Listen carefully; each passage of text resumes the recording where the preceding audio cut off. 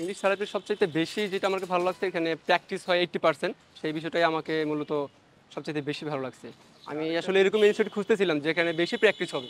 Especially, I mentioned their teaching method actually.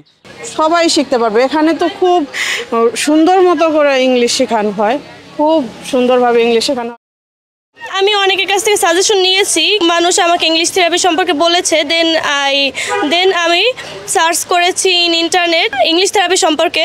Saiful স্যারকে দেখে তার ইংলিশ শেখার জার্নিটা আমার খুব ভালো লেগেছে এবং সে শেখাচ্ছে, এগুলো আমার খুব ভালো লেগেছে। এই জন্য আমি এখানে ভর্তি হয়েছি এবং আমি বুঝতে পারছি যে 3 মাসে আমি পারবো ইনশাল্লাহ। মেয়েদের জন্য পুরোপুরি সেফ। যখন আমরা ক্লাস করি আমাদের টিচাররা খুবই আন্তরিক, শিক্ষার ধরনটা আমার খুব ভালো লেগেছে। কোনো কিছু না বুঝলে তাদের কাছে জিজ্ঞেস তারা খুব সুন্দর করে বুঝিয়ে দেয়। আমার মনে হচ্ছে নন রেসিডেন্সি পড়ে আমার উন্নতি করা সম্ভব এবং আমার অনেকটাই ইমপ্রুভ হয়েছে ইংলিশ থেরাপিতে এসে। আমি আমার রিলেটিভসদের সবাইকে আমি বলেছি, কাজিনদের, এই ইংলিশ থেরাপি সম্পর্কে।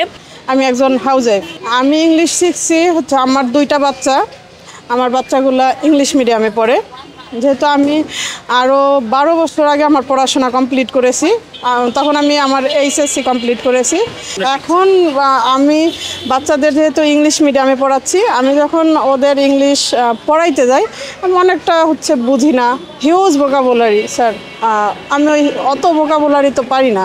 আমি খুঁজতেছিলাম যে ভালো কোথায় আমি পাবো, ভালো কিছু শিখতে পারবো কোথায় ইংলিশে। তখন আমি সাইফুল স্যারের এপিসোড দেখছি, ইংলিশ থেরাপি সম্বন্ধে অনেক কিছু জেনেছি। তখন আমি এখানে ইংলিশ থেরাপিতে খুবই ভালো পরিবেশ স্যার, খুবই ভালো পরিবেশ। সবাই শিখতে পারবে। এখানে তো খুব সুন্দর মতো করে ইংলিশ শেখানো হয়, খুব সুন্দরভাবে ইংলিশ শেখানো হয়। I completed my graduation Department of Computer Science from Sonaga University. Then my future plan is I'm going to abroad for my higher study. Now I need a IELTS score. That's why I need English, really good English preparation. That's why I admitted in English therapy. That's it.